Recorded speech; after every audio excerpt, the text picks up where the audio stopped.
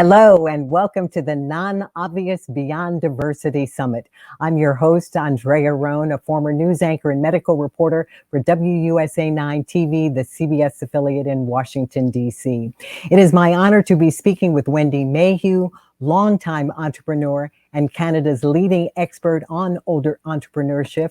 She's also the author of Wiser, the definitive guide to starting a business after the age of 50.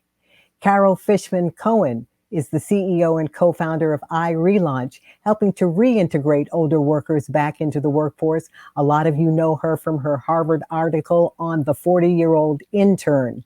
And we have Julian Harcourt, owner of Gray Afro Over 50s Marketing, a strategist and consultant who helps businesses understand and target over 50 consumers.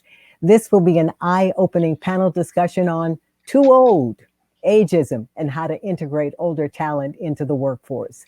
You know, there are laws against ageism, yet age discrimination remains rife in global business and in our culture.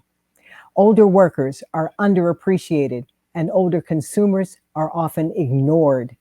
How can you create a culture where older staff are valued and even remain engaged after they retired? What changes can you implement to focus greater attention on customers over 50, a powerful and underappreciated consumer? Our panel will have some answers. But first, I'd like to thank our organizers, the team at Non-Obvious Company, for bringing us all together. Panel, remember this phrase, 50s, the new 20s, 50s, the new 30s? Yes, I'm sure you do. Well, while today's 50-year-olds and older are healthier, more educated, working and living longer, according to AARP, when it comes to work fitness and employability, age discrimination is more prevalent than you think. In fact, 2/3 of experienced workers aged 45 to 74 say they've experienced age-related discrimination, yet ageism in the workplace is underreported, especially when compared to complaints filed for sexism, racism, gender, and culture bias. Julian, I want to start with you.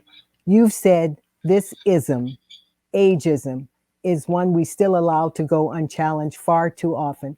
Help us understand, why is that the case? Hello, and welcome. Thank you for having me. It's wrapped up in lots of things, but I think that the simplest way of addressing why this problem is there and has been allowed to fester kind of almost unchallenged for so long, I think is wrapped up in the sort of cult of youth that I think we have within society. And actually, from a sort of stereotypical point of view, what you'll find is that in most societies, everything is sort of really orientated towards being younger. So being fit, being healthy, all of those things are sort of associated as positives and are typically wrapped up for much younger people. And broadly speaking, the language, once you start talking about over 50, yet alone getting into the real fourth quarter of life, has generally got a negative connotation. So I think that at the bottom line, it's because we place more value on youth and vitality and much less on experience and the fact that more of us are going to be living a lot longer. But what happened to the notion that 50 was the new 20s, the new 30s, especially when it came to physical fitness? We were robust. And as I said, we're still one of the most educated and physically fit groups. How is the message being lost?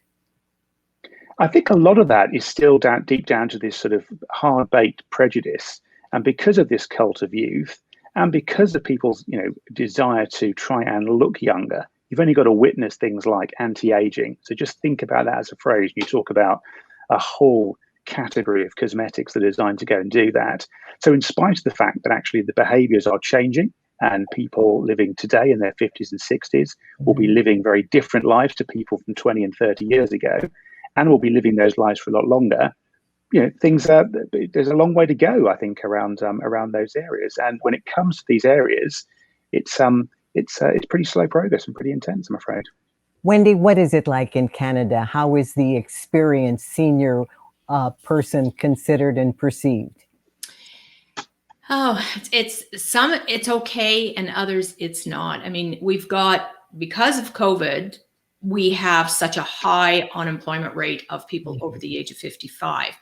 And I do believe, and unfortunately, we don't have any concrete evidence of anything here, but we know that there's almost 380,000 people over the age of 55 unemployed, and they're not going to be able to find work because of their age.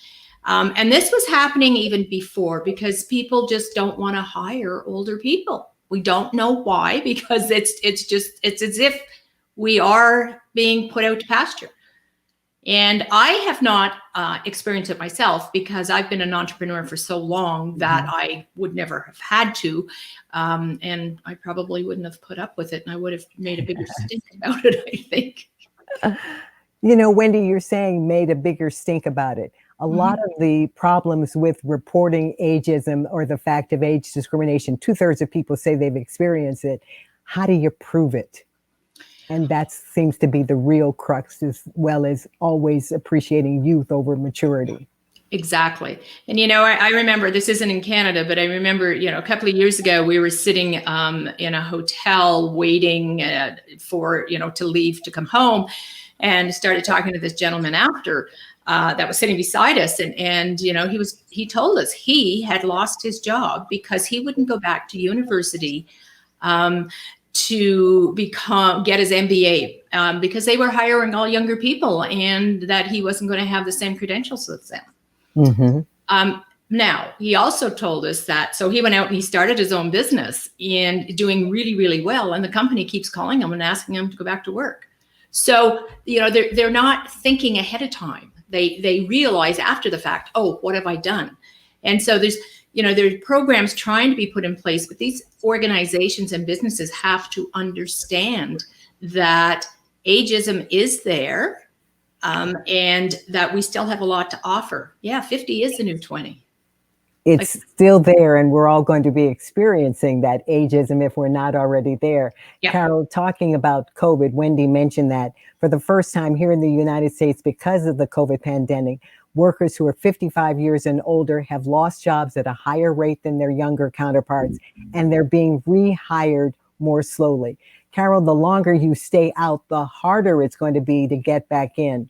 So talk about the difficulty in relaunching and what you tell the people you work with, universities, institutions, individuals, about reemerging. Today, Carol? Good. You were muted. You're unmuted now. Okay, thanks, Andrea. And absolutely, to today's employees who are leaving due to COVID are tomorrow's relaunchers. And first, we know that relaunchers end up taking longer career breaks than they initially intend. And that's sometimes because while they're on career break, they start to have elder care roles themselves, or they engage with taking care of other family members. And once they're out of the workforce, they think they're only going to be out for a couple of years, but it could last longer. So the focus that we have with employers is that the relauncher has a mature perspective, has great education and work experience, isn't energized and enthusiastic about returning to work precisely because they've been away from it for a while.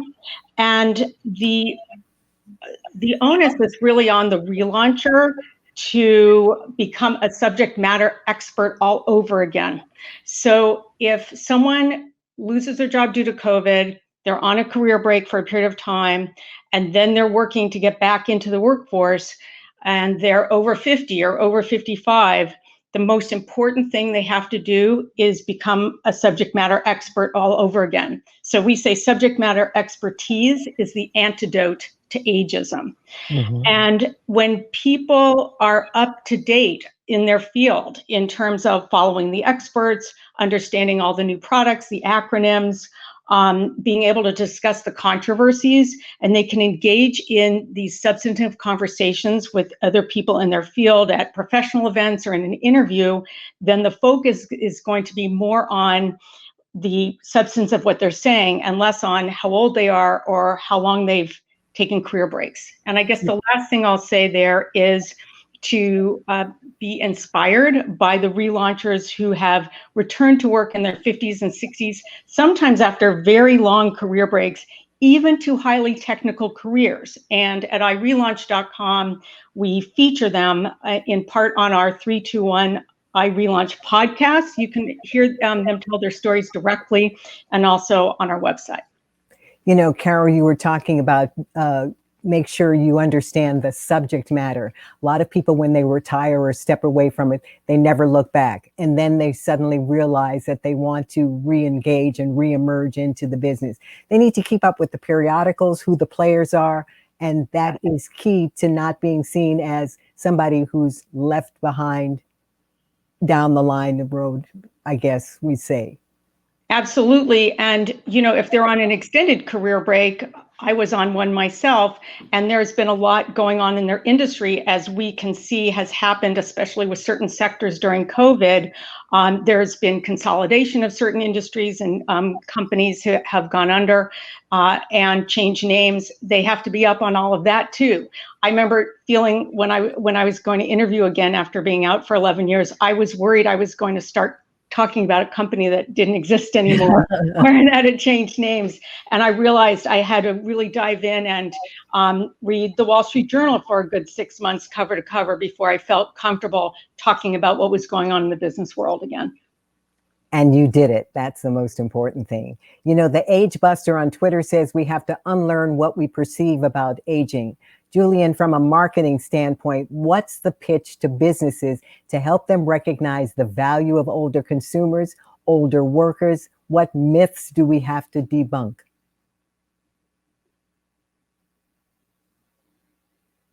You're muted. There we go. There's a number of them, I think within that. And I think, actually, before I debunk it, there's actually the imperative of making sense, which is in a world where more of us are living longer and living healthier, better lives, actually, there's more money and more needs to be fulfilled. So actually, from a pure commercial point of view, it's crazy not to have that within the strategy and thought process you have going forwards, even more so in a post-COVID world, where actually, if you're looking to kickstart economies across the globe, what's the best bet? I would say there's a pretty good story that older consumers are a great bet to go and encourage to go and put into that. But in terms of kind of how it manifests itself, and in terms of kind of where the ageism bit becomes a factor, I think many of the points that Carol's made are entirely pertinent. So in the field of something like marketing, what you'll find is that things move ever more quickly, or at least appear to. So, you know, if you haven't got the word digital in your title and don't perceive yourself to be an expert in all of those areas, you know, you're toast. And actually, the way I kind of spin it, and in terms of the pitch to business, will be, I'm lucky, I've kind of grown up in a digital world and I spend a lot of time onto it, but actually it's fusing the two bits together, because actually deep understanding of your consumer base, having people who, dare I say it, are a little more experienced, working with people who are a little bit younger, so real diversity across teams, just means you're going to get more challenge around these areas and you're more likely to come up with more effective outcomes. And I think if you do those things, I think that's only going to go and lead in a really positive and sensible way. And I think the other part that I'd make as a sort of observation in terms of that pitch and the conversation with business would be actually having older workers within your team, particularly in the marketing kind of area, is wrapped up in a few sort of obvious misconceptions. They're too expensive. They all want to do kind of much bigger jobs. They're not interested in kind of rolling their sleeves up. And some of these are self-fulfilling myths. If you don't give people the opportunity, you don't give people the chance to retrain, you don't give people the chance to kind of bring those skills back in, you don't know. And actually, in cases where you see that happen, guess what? Very, very effective and broader perspectives and takes. So there's a real opportunity for people to be a little more open-minded and challenge old beliefs, because they haven't been challenged for a while and the world has moved on massively in the last 20 to 30 years. Talking about the consumer now who's over 50 from that marketing standpoint, we've talked about the obstacles COVID has created in our lives. But what about leveling the playing field, since even those older workers, older consumers, were now on digital platforms buying and selling? Has it helped? Julian, you start. Absolutely. And again, and I think it has changed, but I think there's still elements that are out there, which is, this hard-rooted belief that older consumers, and you can define older however you want in this particular case, are averse to technology. That's ridiculous. In any developed economy, if you look at expenditure on technology, and you've only got to look at how much is the latest iPhone, a new Mac, or any of the other things that are out there, they're a lot of money. They're not being bought in exclusively by much younger people. There's a big span. And the other part would be, and there's an element of this starting to kind of kick in, but you've only got to look at something like Zoom. So again, if you talk to people this time last year, it would have been people kind of involved in international business and small areas where they've been using that regularly. Now, I don't think there's probably a person on the planet who's not had to use it in some fashion. And there's a simple bit where the utility of it outweighs the effort to kind of go and get in, people will make the move.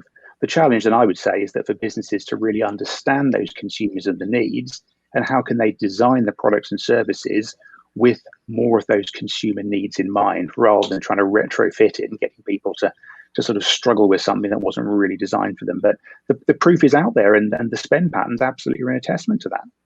They've got to understand that just because you're over 50, we're not all falling down and needing crutches, though, as well. That's been the interesting thing about the ads we see on TV and in mass media, is we are just on our last legs instead of vital and productive. Totally. And actually, which is one of the things I spend a lot of time talking to businesses around, which is, so I'll talk about over 50, even that's ridiculous. Because if you're talking about people living to 100, that's half of your life, right? Mm-hmm. And to kind of badge that as one group is ridiculous. And if you're 51, active and in good health, as many people are, and you're, another 50 years on top of that in a similar fashion, yeah, we're both human beings, but that's kind of where the similarities sort of end. There's a lot of variation around it. So actually, one of the things I spend time on is helping people understand the variety and shades that go with that, and recognizing that midlife as an area, and let's focus on that for a second. So broadly, the sort of 50 to 70 age group, that's a new phenomenon, right? If you go back 20, 30 years ago, that wasn't a thing. So you've got people living in a different way in a life period that hasn't been fully recognized. It's almost, if you talk about teenagers not being a thing before 50 or 60 years ago, what we're really seeing is the logical kind of movement around that. And actually the challenge for businesses to recognize this audience, their behaviors, their wants, their desires, their spending patterns, their aspirations to kind of go and do more.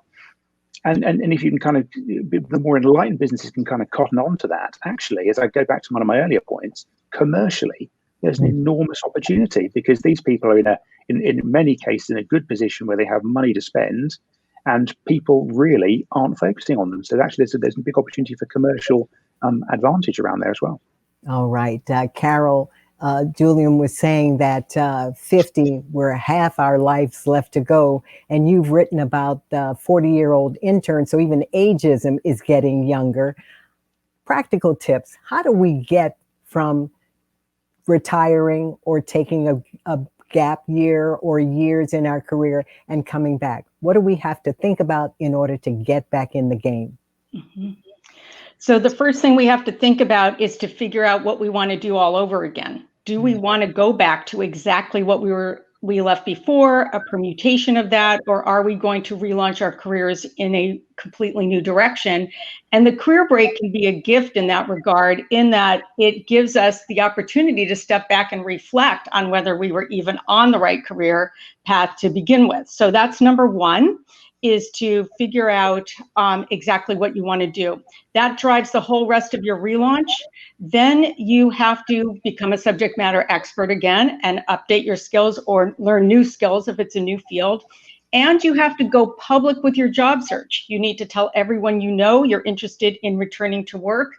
That's challenging during COVID and having to do it all by Zoom or video. On the other hand, there are some opportunities that have opened up because of Zoom, because of COVID, and that is that now more employers have more jobs that are not location specific anymore. Mm-hmm. So they will recruit nationally for a role where you might before have had to live, within commuting distance of wherever that particular location is. So I would argue that there are more opportunities for relaunchers to now consider, and by the same token, employers, from the employer perspective, they can recruit nationally for certain positions. So that's something else to think about, is that maybe your position can be more flexible in terms of working from home, or different hours during the day than it was before. And that all has to do with what happened during COVID. Business. The new word is pivot. And we want to go to Wendy. She did it, and she's always been an entrepreneur. But if we have 400,000 small businesses in the US that have gone under, probably for good, is this the right time to consider going out on your own, Wendy, after age 50? Absolutely. They always say that businesses that are started after a pandemic, or even during a pandemic, they do very well in business. They do. So, and it is a time, and with all of the layoffs and they can't find work, then it's a perfect opportunity to at least explore being a business owner. Then there's always the ones that, oh, I'm now out of work. Yay, I can start that business I've always wanted to. So it's a perfect opportunity for people to be starting businesses, or at least exploring it to see if it's something for them. What kind of businesses are people starting these days? And is there a difference between women starting a business, men starting a business over age 50? I think that they're about even.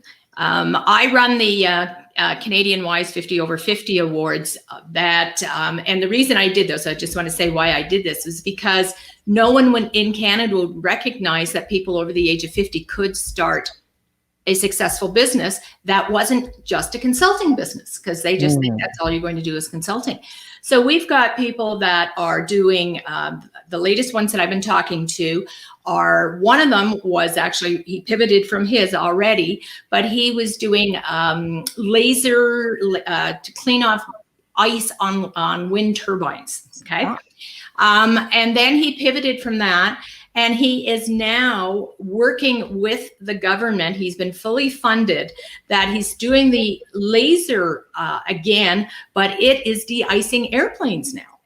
So that isn't a consulting thing, right? That's been pretty ingenious of what he's doing. Someone else has created a device to make it easier for older people to communicate with younger people, and vice versa. And then there's another one that is doing dementia work. There's apps. There's absolutely everything. There's a woman that she does a probiotic, and she retired from her marketing position because she wanted to look after her father, who was ill. And gosh, she just had the biggest month that she's ever had during COVID. She is selling internationally. It's just unbelievable what these people are doing, yet they're not being recognized. You talked about the guy who invented the de-icing thing for the wind turbines, and he was fully funded. Even more so than technology, financing is a problem for anybody who starts up a new business, but how much so more for a 50-plus person? Well, there's most of them have told me that they can't get financing from banks. And I know one company that was told they will never get any grants or anything because they're not going to be around long enough to pay it back.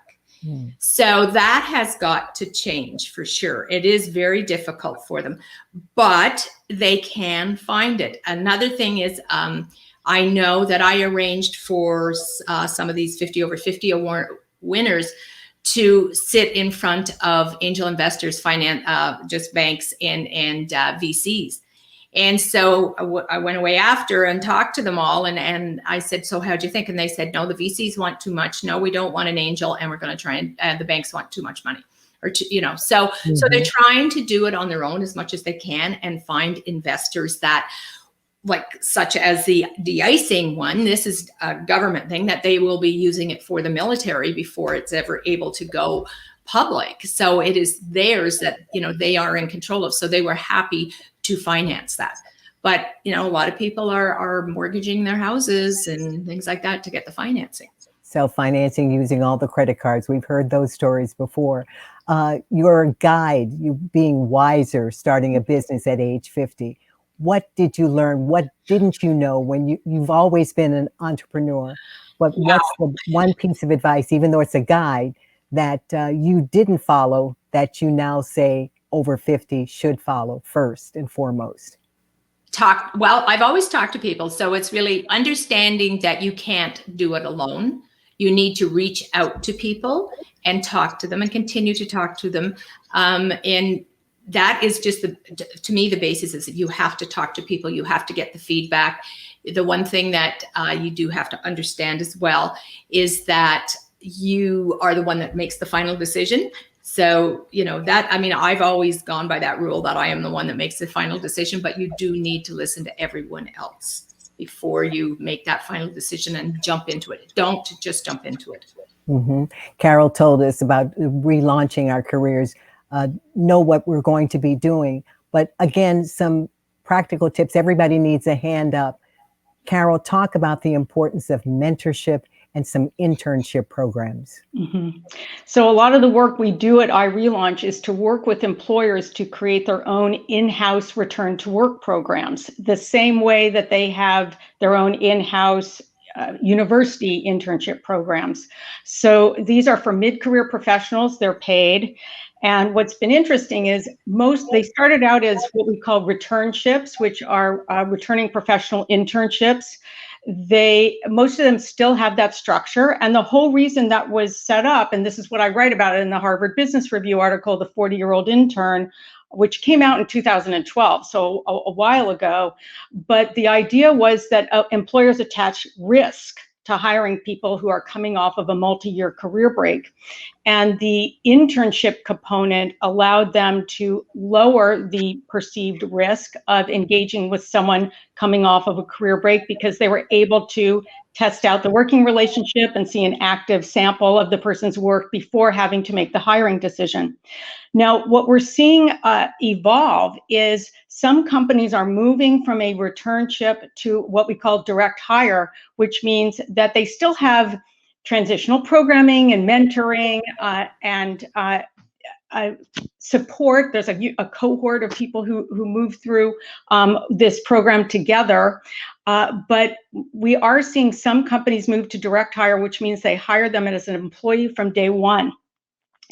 And this indicates to us, when we interview companies about why they make the switch, they say, we tried the returnship, we got a really high conversion rate. So at how many convert to full-time after being in the program. And we thought maybe it's not as risky as we thought. So we're seeing a whole range of different formats of these employer return to work programs, and they're really proliferating right now. I like that. And Wendy, you've talked about before startup school for seniors. How important is that to getting the person who wants to start their own business going down the right path? So it's very important that they know what they're going to get into. As I mentioned earlier, some people will do it because they've always wanted to do it and they've been following it and whatnot. But the ones that are doing it, and I call them desperate entrepreneurs because they have lost their jobs and they have no other income. So they kind of just, okay, I'm going to start a business. They don't know how to do it. Mm-hmm. And so you have to understand that it is a process. And, in my book, I cover everything that you need to start a business, but it doesn't mean you have to follow absolutely everything that's in that. But it gives you that groundwork, and that, this is what I need to do. Am I going to want to spend this amount of time in doing it? Because you can't do it on a part-time basis. It's a full-time job. And so, they have to understand, and I'll just give you a little anecdote here. When I published my book, both my friends of ours, they have both can't wait to retire and start their own business. And after they read the book, he said to me, he says, I had no idea what all was involved in starting a business. Now, they'll still go ahead and do it, but they didn't ever realize what is involved. Mm-hmm.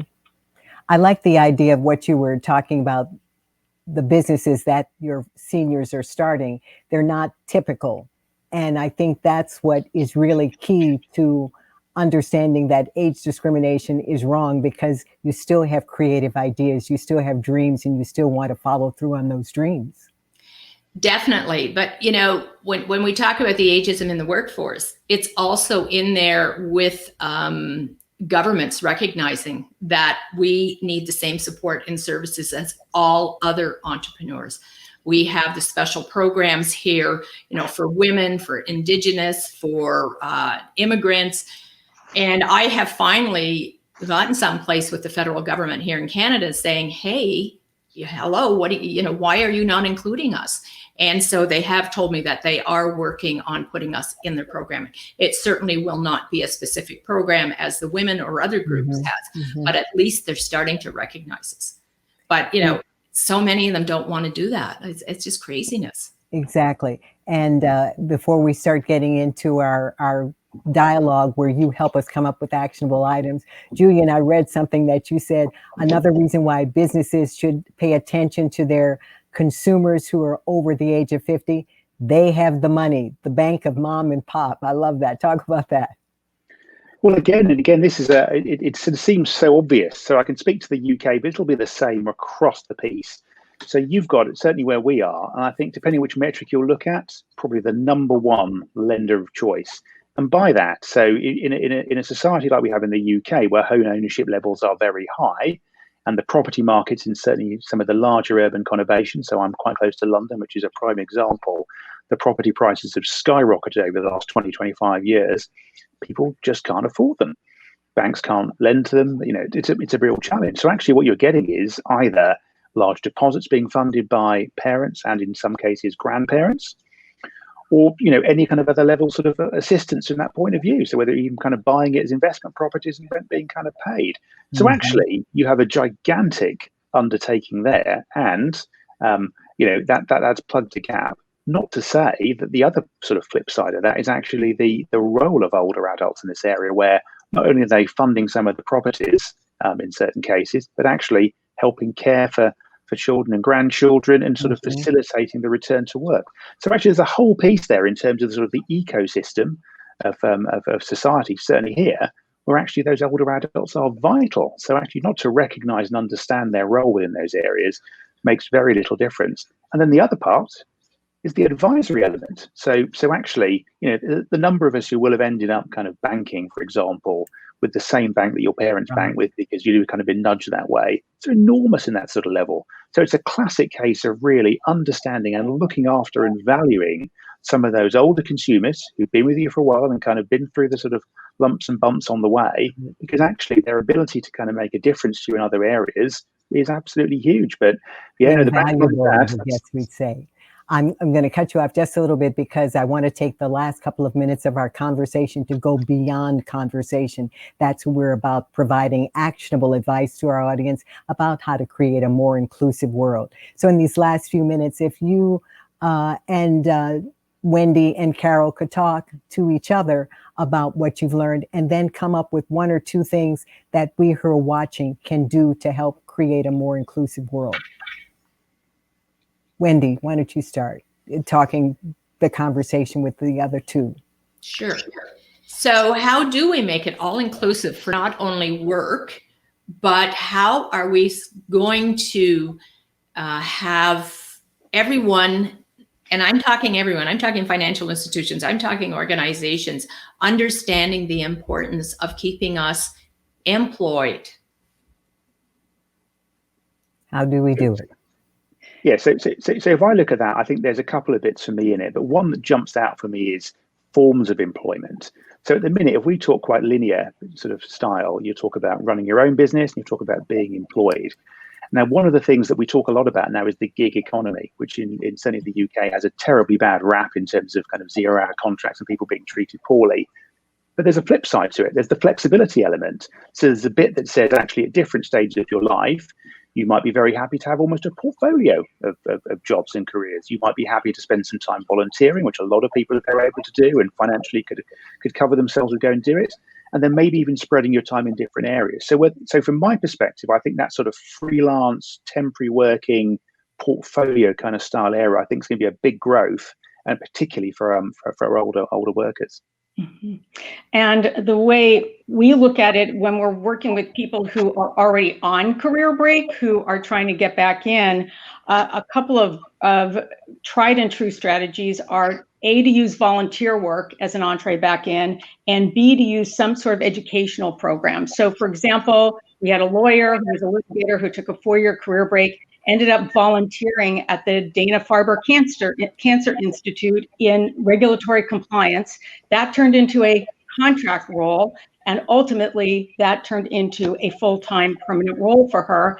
And she's kind of mimicking what we do with these formal employer return to work programs, setting up some sort of temporary work arrangement where they can see what she's like to work with and what kind of work she produces. So we've seen that. And then we've also seen people change careers by using some sort of certificate program. For example, we had someone who was in media who wanted to switch to a career in finance and used a certificate program in anti-money laundering in order to make that successful transition.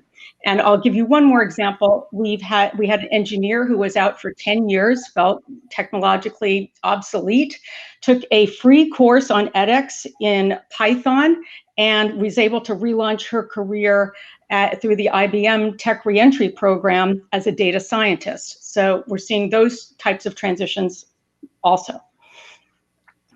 But I think that there's even more to it. I think that, and I don't know how this is going to be perceived whenever I say this, but I think the media causes a lot of this going on with ageism. It is just, it's just wild. I mean, we should be talking positively about it instead of negative all the time with it. And, you know, I find that I don't believe, maybe I'm ignoring it, but I don't believe that I've ever been treated like that. And, you know, I know, if you don't mind, I'd like to just give you a couple of examples. Number one, where I live, there are a part of the neighborhood, there's families that have young people, and they treat me with respect and talk to me and everything else. And last winter I fell going on the ice, and this young woman came along, like she's 15 years old maybe, and helps me up. Like a lot of people would just walk by you, right, doing that. But, you know, then there's the other side that, so we talk about, you know, the negativity again, but I've been having some Zoom problems, and I have been interacting with a 29-year-old. And, you know, him and we started having this conversation. We had quite a few calls, and it was such a great conversation. During that time, it came out that I was having my birthday, and his birthday is this week. He sends me birthday wishes. And, you know, it was just, it's wonderful to be working with someone like that. And when we ended and figured out what the cause was, you know, he said to me, he said, I hope when I'm 70 years old, I'm as energetic as you are and as tech savvy. Like, wow, I didn't think I was tech savvy. So now I can say I'm tech savvy. But I mean, you know, I think that there's just so much that people aren't looking at, that they're just adding to it when it isn't necessarily always there. Yes, it's there. Don't get me wrong, but yes, it's there. And one final thing I just like to say about that is, in my book, I intentionally left out ageism. I did not want that to impact anyone as being something that would perhaps deter them from looking at their future. And I was actually, a couple of people that reviewed my book, they wouldn't give me a review because I didn't include it. Wow. Wow. Can I just make a comment keying off of something Wendy said about reframing? So, you know, one of the things that we've been as part of our mission is to reframe the way a career break is viewed. And it used to be that a career break meant instant, your resume is being thrown out and no career progression. And now we've seen an institutional shift where companies have started these return to work programs, and you cannot apply for these programs or participate unless you have a career break. So the career break has now become the eligibility factor. And we think that that kind of institutional shift is what needs to happen more broadly in terms of people who are older successfully relaunching careers. I'm delighted to have joined you in this conversation, Wendy Carolyn Julian. Thank you again for sharing your insights on how we can create a more inclusive world. I think the one thing that you were all saying, that in a nutshell, reach out across generations and definitely reframe the way you think about your career break, because we know in college, the gap years are important. They're important in our lives and in our careers as well. Again, thank you all for being with us. You have been watching Too Old: Ageism and How to Integrate Older Talent into the Workforce. This has been part of the Non-Obvious Diversity Summit. Thank you for joining us, and check out all the other amazing topics we're covering, because we've brought together some incredible voices from all genres, genders, and geographies. For more fascinating conversations like this one, visit our website, nonobviousdiversity.com. Also, our official summit hashtag, NonObviousDiversity. Thank you so much for watching. I'm Andrea Roan, and remember to always stay non-obvious.